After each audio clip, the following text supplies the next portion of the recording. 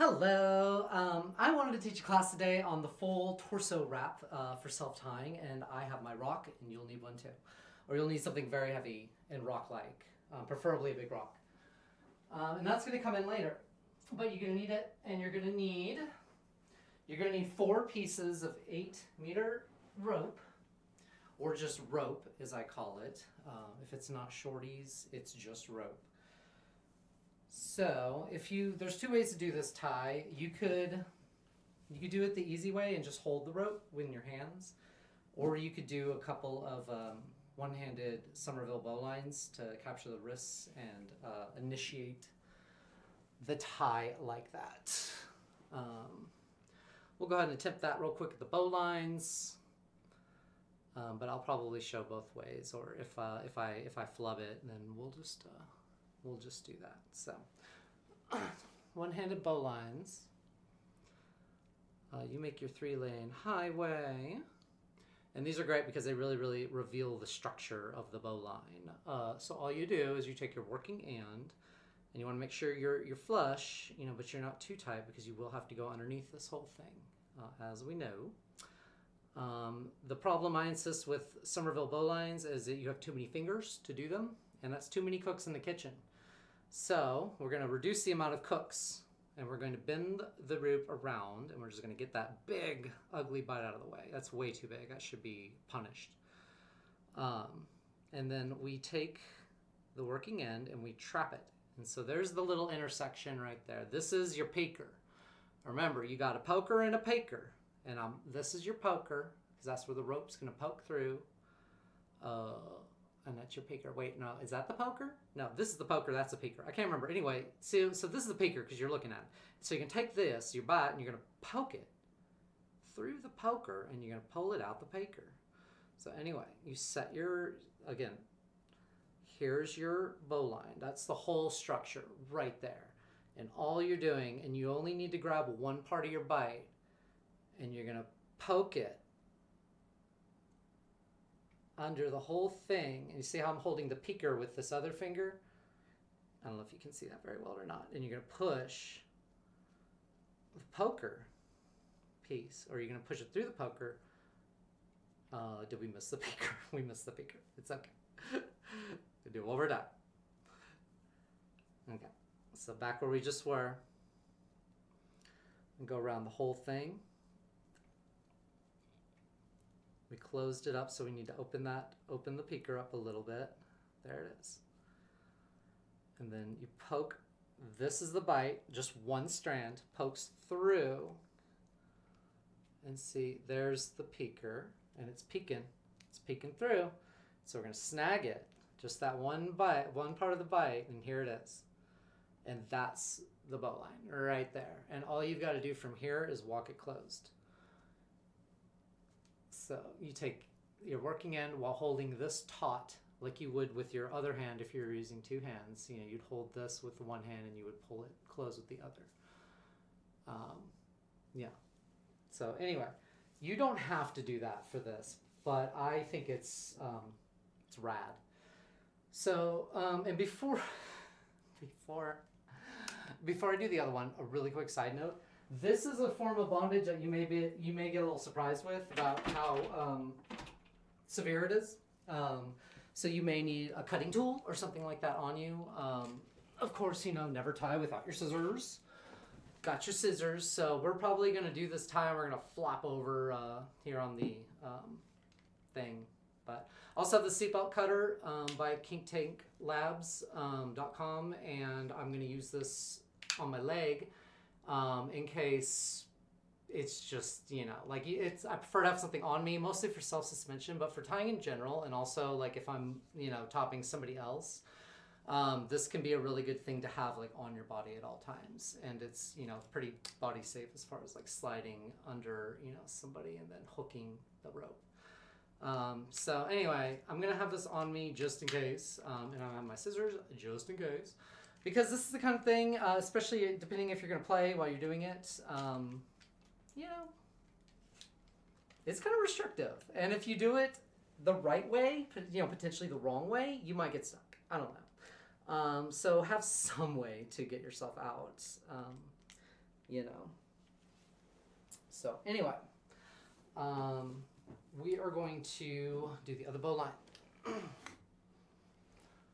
Self-bondage is very serious stuff. Have your virtual assistant set up for voice commands, you know, to where you can call out. Yeah, that bite's starting to get bad right there. This set is nearing retirement. But yeah, have your like assistants where you can call out, you know, call for help if you need it or something. If you get stuck, because you never want to get stuck if you're doing self-bondage. Okay, so we make our 6-lane highway, and then we take the working end, we loop it all the way around onto itself, and then we take the bites. And see, and this is fun too, because like, look at how messy this is, but I know exactly what needs to happen to close this whole thing up. So this bite right here, just with this finger, while I hold it open, needs to come under. Right here. And see, I've got the whole thing right here. And then you poke it, and there it is. See? It's piking. Am I losing it? No, there it is. It's piking. And you take it. And you can use your teeth too if you have trouble like doing the one-handy thing. Did I do it right? I think I missed a line. Yep, I missed one. Okay. Hubris. Nope, it's good practice. It is good practice. You can never do this enough. Okay. So flip the whole thing over like that, and then poke. See, this is the thing. You gotta see this one that's wanting to slide down. You gotta trap it, because that's really what you're doing. Is you're trapping it right there. And then you can just, with 2 fingers, pull this whole thing through. And then you can, again, use your teeth to hold it, or if you're dexterous enough, you can take your other fingers to walk it closed. But you do need to hold that bite taut. So, that is one-handed Somerville bowline. It's great to know that for this, but you don't have to. So, now that you've got your, it's mandatory to go like this, like you're a big rope bird of some sort. You give yourself a couple flaps, and then you get it all straightened out. You need a lot of room for this. I would say you're going to need, like, I should measure, but you need like 20-something feet for this. Probably more. I don't know measurements. You'll want to extend your rope now before you start the process. So just kind of like get it laid out, get your lines, make sure your rope's not all goofed up and crossed up. Go to about where you would extend rope and do it.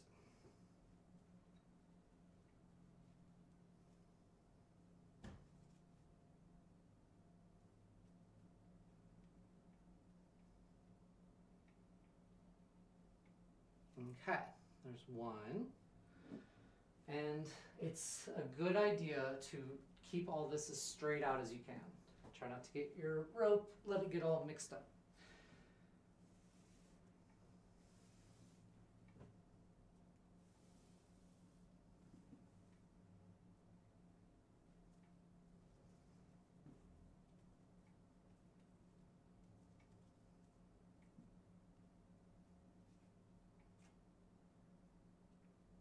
Okay. Did I do that right? I'm not familiar with this rope extension technique. I'm still goofing around with it a little bit. It goes like that.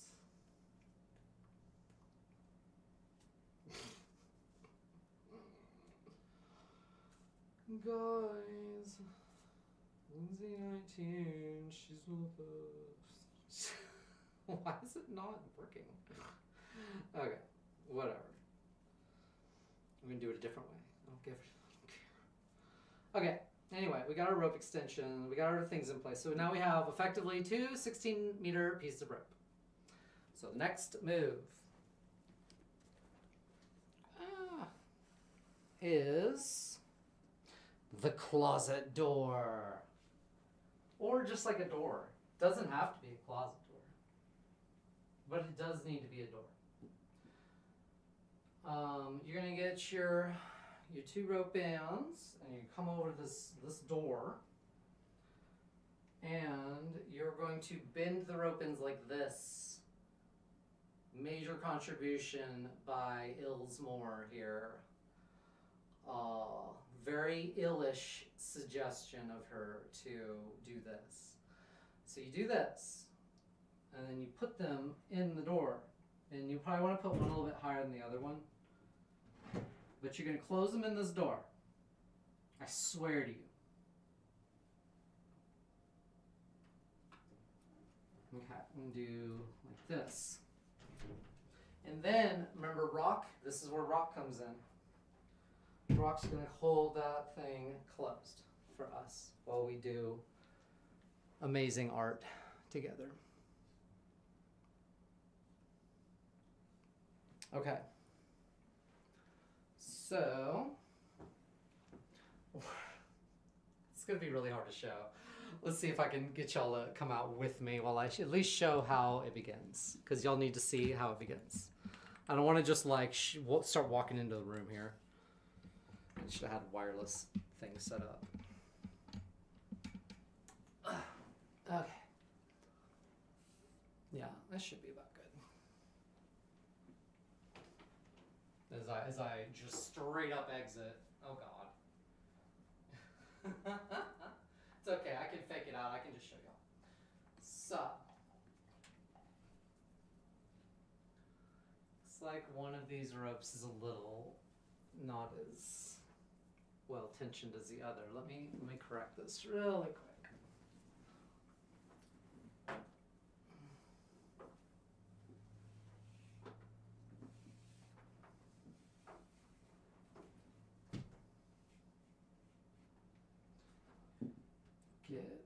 Whatever, it'll be fine. Okay. So, dang.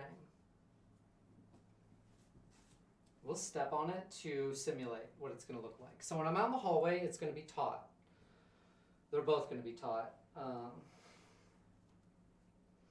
And what I'm going to do to start it, I've got them on the wrist, but you can hold them. Like, make no mistake, you can just hold the rope. You're going to I need a little bit more tightness. You're going to cross your arms like this in a way. Your rope's not going to go to the ground like that though, but you're going to place these wraps where you want them to begin on your arms. And you're gonna kind of, even if you got bowlines, you're gonna hold it tight. And you're gonna back up and you're gonna hold it tight, and you're gonna you can even lean back into it, place them on your arms, and you're gonna start to fucking spin. And you're gonna see me spin into this room in just a second, and it's gonna be glorious. Okay. Really unfortunate camera placement, but we're gonna make it work.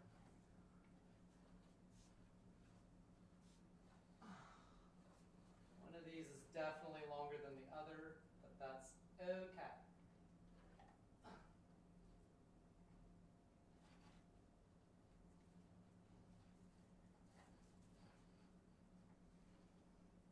So, yeah, one of these is definitely not.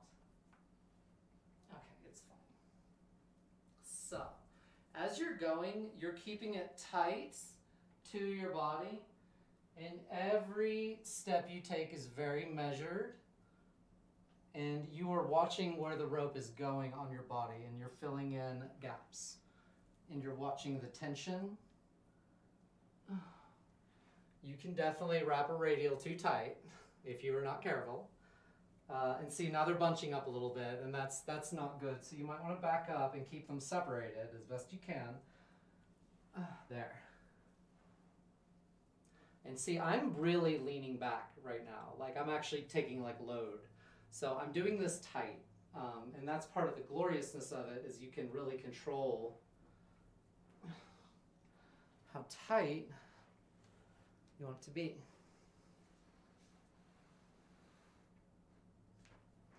You see the wraps start to form. They are, again, bunching on me, so I'm going to attempt to control them by holding one. Yeah, one of these hands is not stellar, so it can't really hold the other one like I would normally want it to. But I can kind of help guide it. Here, let me do the camera.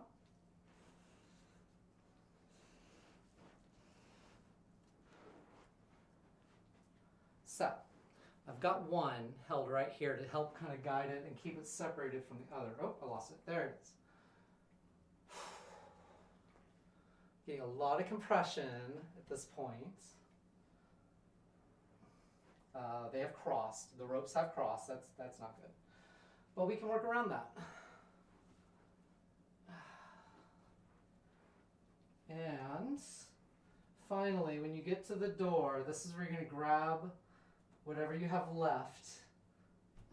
And you're going to have to move your rock, your good friend rock, and just pull it out of the door.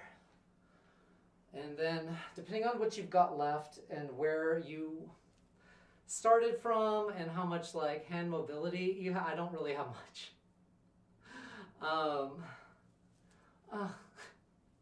You could tie this off or wrap it or like tuck it inside or something. I have indeed done that before.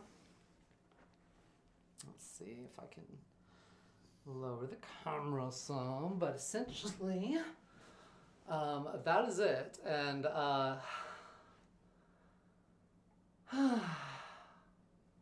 don't be afraid to let the compression sit with you for a moment. I wrap my wrist too tight, I think.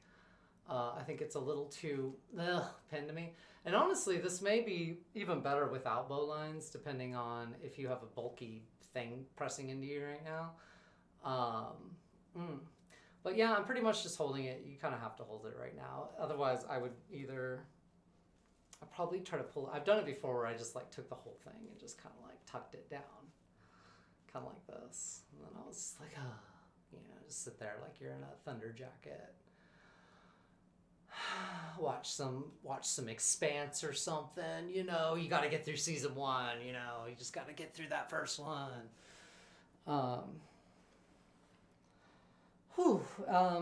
And untying the thing, as you'd imagine, is not very hard, but like there's potential for panic and there's potential for like, I don't know, depending on what activity you're doing and how, foolish you are. If you try to slip all this off, you're not going to have a good time. You gotta you gotta let it do what it wants to do. And the second you try to go like this is the moment you're gonna have a bad time. But that is it. I'm going to do it one more time, a little bit more measured with the hands. I'm not going to do the bow lines this time because I feel like that was actually unneeded bulk on my wrist just then. So. We're going to give it a little experiment time, a little lab time here. I believe Ilish has a comment.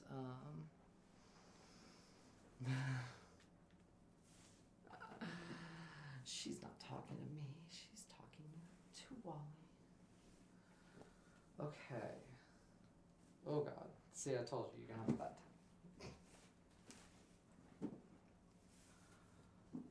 Alrighty, so we already kind of know the links are good enough, so and we know they're a little bit off, so let's go ahead and just throw them in the door. Again, that is one door, one rock, and one hope for some fucking compression and restraint when you don't got anybody to help you with that.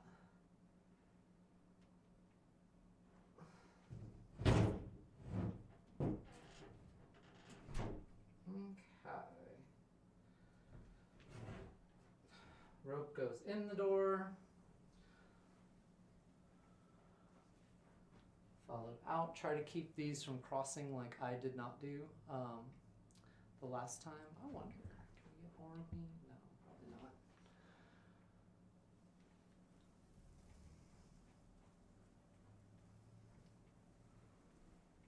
Yes, we were doing this without the complicated bow lines. See what happens.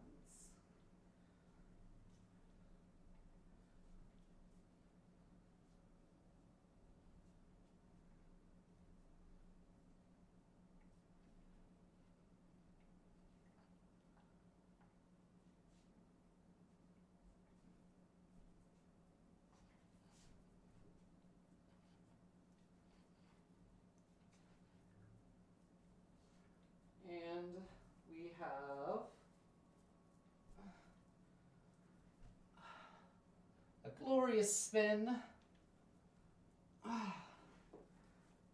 Definitely one for the records.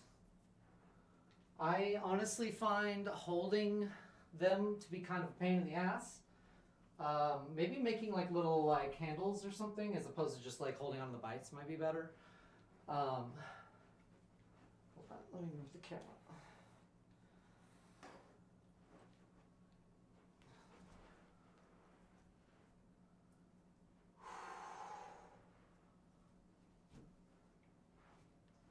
There it is. We can cross the lines.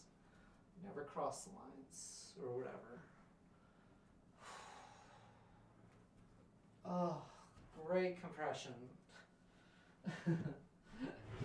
Oh, it's so good. Oh, I wish I could have snagged it a little tighter there, but no, we're about where we were last time. So this is it. I have everything on this hand. This, honestly, I don't even need to hold anymore.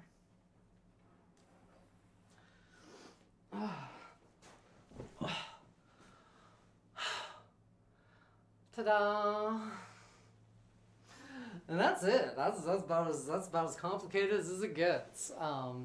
So major points of interest. Don't wrap your radials too tight. Don't do this dumbly. Don't do this dumbly to where you can't get it untied properly. You know what I mean? Mischief. Posted a cute kid. Don't do this dumbly. Do this smartly. You know what I mean? Like, I think there's lots of room for mistakes in this tie, and I think there's lots of rooms for a bad time, depending on what you're doing, you know, and like why you're doing it and how long you're doing it. Because, oh God, it feels so good too. Like it's about as close to a straight jack as you're gonna get as far as self-tying goes. I don't know anything that's gonna catch your upper arms and compress your whole torso like this. But if you do know, please leave a comment because I would love to learn it. I really would. I'm ending this video. Hold on, let me go get my mouse. Rawr. My little T-Rex arms. Rawr. Hold on. Hold on. Wait for me to say goodbye. Blah.